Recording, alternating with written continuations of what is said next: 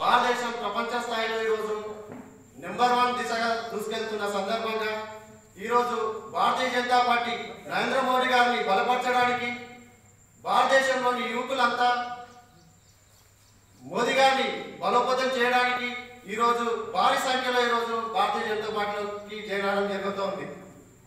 2014 నుండి నరేంద్ర మోడీ గారు 2014 తర్వాత ప్రభుత్వం ఏర్పాటు చేసిన తర్వాత గతంలో 6.5 దశాబ్దాలు కూడా పరిపాలించిన కాంగ్రెస్ ప్రభుత్వం దళితులకు కానీ గిరిజనులకు కానీ పేద ప్రజలకు కానీ అన్యాయం చేసుకుంటూ వచ్చింది. కాబట్టి భారతీయ జనతా పార్టీలో అధికారం వచ్చిన తర్వాత నరేంద్ర మోడీ గారు ప్రతి గ్రామానికి 24 గంటల కరెంటు ఇవ్వడం జరుగుతూ ఉంది. దాంతోపాటు ట్రిపుల్ తలాక్, 370, అదేవిధంగా సర్జికల్ స్ట్రైక్, రోడ్ల రద్దు అంటే అనేక అభివృద్ధి పనులు చేయడం జరిగింది. ఎన్నో సంవత్సరాలుగా పెండింగ్లో పడుతూ వచ్చిన కోర్టులో పెండింగ్లో పడుకుంటూ వచ్చిన శ్రీరామ మందిరం కూడా నరేంద్ర మోడీ గారి ఆధ్వర్యంలో ఈరోజు 2023లో భవ్య రామ మందిరం నిర్మాణం కాబోవడం జరుగుతూ ఉంది. దీన్ని గతంలో నిజంగా చెప్పాలంటే కాంగ్రెస్ ప్రభుత్వంలో మరి పెద్దమూరు మండలం మాత్రం అభివృద్ధిలో మాత్రం చాలా వెనుకబడిపోయింది. ముఖ్యంగా గ్రామీణ ప్రాంతంలో అయితే డ్రైన్లు పూర్తిగా అస్తవ్యస్తంగా అయినాయి.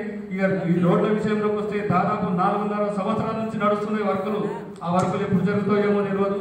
అయితే ప్రస్తుతం ఉన్న ఇప్పుడు అధునాతనమైనటువంటి పరికరాలు ఉన్నా మరి మన పాలకుల నిర్లక్ష్యం కావచ్చు, అదేవిధంగా కాంట్రాక్టర్ కావచ్చు, వాళ్ళ నిర్లక్ష్యంగా ఈరోజు పూర్తిగా నత్తనడకన సాగుతున్నాయి. మన మాత్కూరు తాండ నుంచి డౌన్లో వస్తుంటే మరి మన ప్రాణాన్ని అరచేతిలో పెట్టుకొని మరి ఆ గుంత నుంచి దిగే పరిస్థితి ఉందంటే మరి పాలకులకు మన మండలం మీద ఎంత ఇది ఉందో మనకు అర్థమవుతుంది. అదేవిధంగా ముఖ్యంగా ఈ పెద్దేమూరు మండలంలో కూడా తట్టేపల్లి అడవైతే పూర్తిగా కంప్లీట్ వాషౌట్ అయిపోయింది. చాలా సంతోషంగా ఉంది.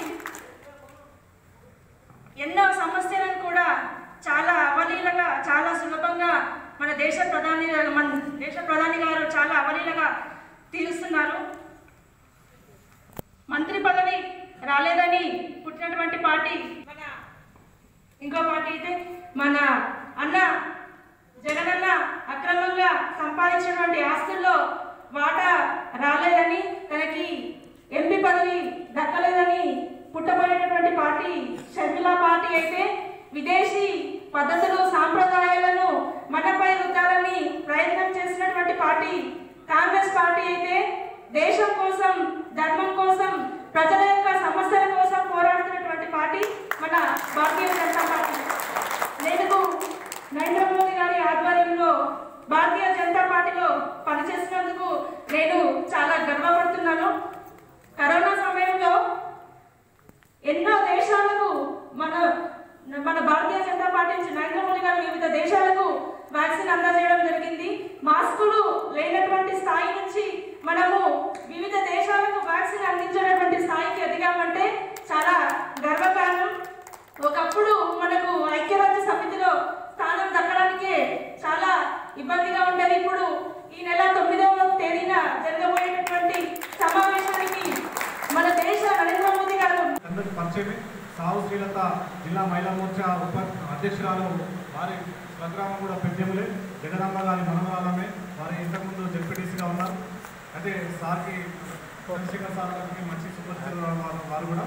అయితే ఇవాళ మనం చాలా విషయాలు మాట్లాడుకోవాల్సినటువంటి అవసరం ఉంది. అయితే మనం ప్రధానంగా భారతీయ జనతా పార్టీ ఈ యొక్క మండల కార్యవర్గ సమావేశంలో నేర్చుకోవాల్సినటువంటి విషయాలు ఏంటంటే, మన మండలకు సంబంధించినటువంటి బూతులన్నీ, ఆ బూతులకు సంబంధించినటువంటి కమిటీలన్నీ, ఆ కమిటీలు పూర్తి చేసుకున్న తర్వాత బూత్ స్థాయిలో మనం కార్యక్రమాలను నిర్మాణం చేసుకొని ఆ కార్యక్రమాల నిర్మాణం ద్వారా పార్టీ నిర్మాణాన్ని చేపట్టాల్సినటువంటి అవసరం ఉంది.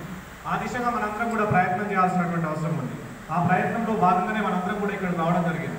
అయితే మిమ్మల్ని అందరినీ కూడా రేపు రాబో ఎన్నికల్లో ఖచ్చితంగా మిమ్మల్ని వార్డు మెంబర్లుగా, సర్పంచ్లుగా, గ్రామ పంచాయతీ మెంబర్లుగా, అదేవిధంగా ఎంపీటీసీలుగా, జెడ్పీటీసీలుగా, ఎంపీపీలుగా మిమ్మల్ని అందరినీ కూడా తీర్చిదిద్దాల్సినటువంటి ఆ దిశగా మీరందరూ కూడా ప్రయత్నం చేయాల్సినటువంటి బాధ్యత ఇక్కడున్న మనందరిపైనే ఉంది. కాబట్టి మనం ఏదో మీటింగ్ పిలిచారు కదా, మీటింగ్ అటెండ్ అయినామా లేదా అనేది కాకుండా రేపు రాబో రోజుల్లో పెద్దెమల మండలంలో దాదాపుగా మెజారిటీ గ్రామ పంచాయతీల సర్పంచులు భారతీయ జనతా పార్టీ సర్పంచులు అయి ఉన్నారు. మెజారిటీ ఎంపీటీసీలు భారతీయ జనతా పార్టీ ఎంపీటీసీలు అయ్యుండి మండల ప్రెసిడెంట్ని మనమే గెలుచుకోవాలి. అదేవిధంగా జెడ్పీటీసీని కూడా రేపు జిల్లా పరిషత్లో భారతీయ జనతా పార్టీ చైర్పర్సన్ కావాలనంటే మొదటి విజయం జెడ్పీటీసీగా పెద్దెమల మండలం నుండి జరగాలి. ఆ దిశగా మనందరి ప్రయత్నం జరగాలి. ఆ ప్రయత్నంలో భాగంగానే ఇవాళ అంకురార్పణ జరుగుతూ ఉంది. ఇవాళ పెద్దెమల మండల కేంద్రంలో జరగాల్సినటువంటి మీటింగ్ ఈరోజు జీపీఆర్ గార్డెన్లో చేసుకుంటున్నాం కదా. ఎందుకు ఇంత వర్షం పడ్డా కూడా ఈరోజు వాయిదా వేయకుండా చేసుకుంటామంటే మనకు ఉన్నటువంటి సమయం తక్కువ. ఆ సమయాన్ని దృష్టిలో పెట్టుకొని ఖచ్చితంగా మనం చిత్తశుద్ధితో ఈరోజు క్షేత్రస్థాయిలో పనిని పెంచాల్సినటువంటి అవసరం ఉంది. ఇక్కడ ఇన్ఛార్జిగా ఉన్నటువంటి భద్రన్న ఈరోజు మీకు ఎందుకు సరే మనం అందరం ఉన్నా కూడా ఒక ఇన్ఛార్జ్ అని అంటే మన మండలానికి సంబంధం లేకుండా కూడా పక్కన మండలం ఉన్నటువంటి వ్యక్తి మన పనిపై పైన ఒక 770 కోట్ల రూపాయల ట్యాక్స్ ఎగగొడితే ఈరోజు ముఖ్యమంత్రి గారికి కళ్ళ కనబడతలేదు, చౌకకి కనబడతలేదు. కానీ ఏదో గవర్నమెంట్ ల్యాండ్ తీసుకున్నాడు అని చెప్పేసి గవర్నమెంట్ ల్యాండ్ కబ్జా చేసిండని ఆయన స్వయంగా ముఖ్యమంత్రి గారు దృష్టికి అన్న పరిస్థితుల్లో నిర్దాక్షిణ్యంగా ఆయనను వ్యతిరేకిస్తున్నాడు అనే ఒకటే ఒక ఉద్దేశంతో ఈటెల రాజేందర్ను బర్తరఫ్ చేసిన విషయం మనం అందరం కూడా గమనిస్తూ ఉన్నాం. నేను నిన్న చెప్పిన ఒకవేళ 770 కోట్ల రూపాయలు ఏదైతే గవర్నమెంట్కి రావాల్సినవి ఎగగొట్టిండో నువ్వు ఖచ్చితంగా యాక్షన్ తీసుకోవాల్సిన అవసరం ఉన్నది. ఒకవేళ ముఖ్యమంత్రి గారు యాక్షన్ తీసుకోకపోతే ఆ యాక్ట్ ఎట్లా ఉన్నదంటే మైనింగ్ యాక్షన్ తీసుకున్న మీద కూడా యాక్షన్ జరుగుతుంది.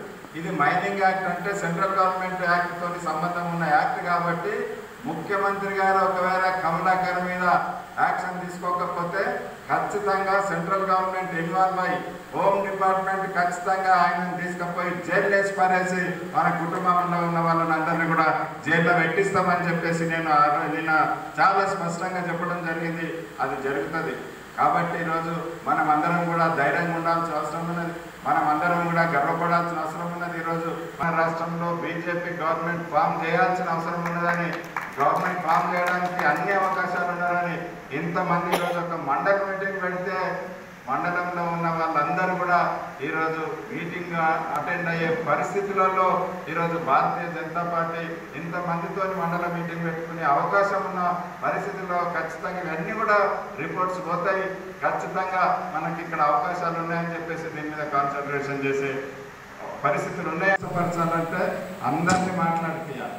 ఒక్కసారి స్టేజ్ మీద మాట్లాడిన నాయకుడు ఖచ్చితంగా నువ్వు పొమ్మన్న పోడు ఖచ్చితంగా మొత్తం మీద చెప్పుకొని భారతీయ జనతా పార్టీ కొరకు కొట్లాడడానికి అవకాశం ఉంటుంది అనేది మీరందరూ కూడా గమనించాల్సిన అవసరం ఉంటుంది.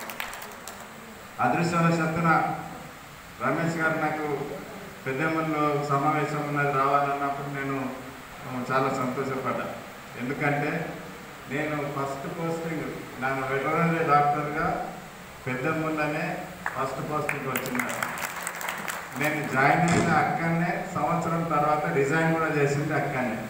కాబట్టి నేను అనుకున్న ఈరోజు చాలా రోజులు అయింది. ఒక సంవత్సరం పాటు ఆడ నేను డ్యూటీ చేసిన, అక్కడ అన్నం తిన్నా, మీ యొక్క పెద్దెములు గాలి తిన్నా, నీళ్లు తాగినా. కాబట్టి మళ్ళొకసారి చూడాలనే తపన నాకు ఉండే.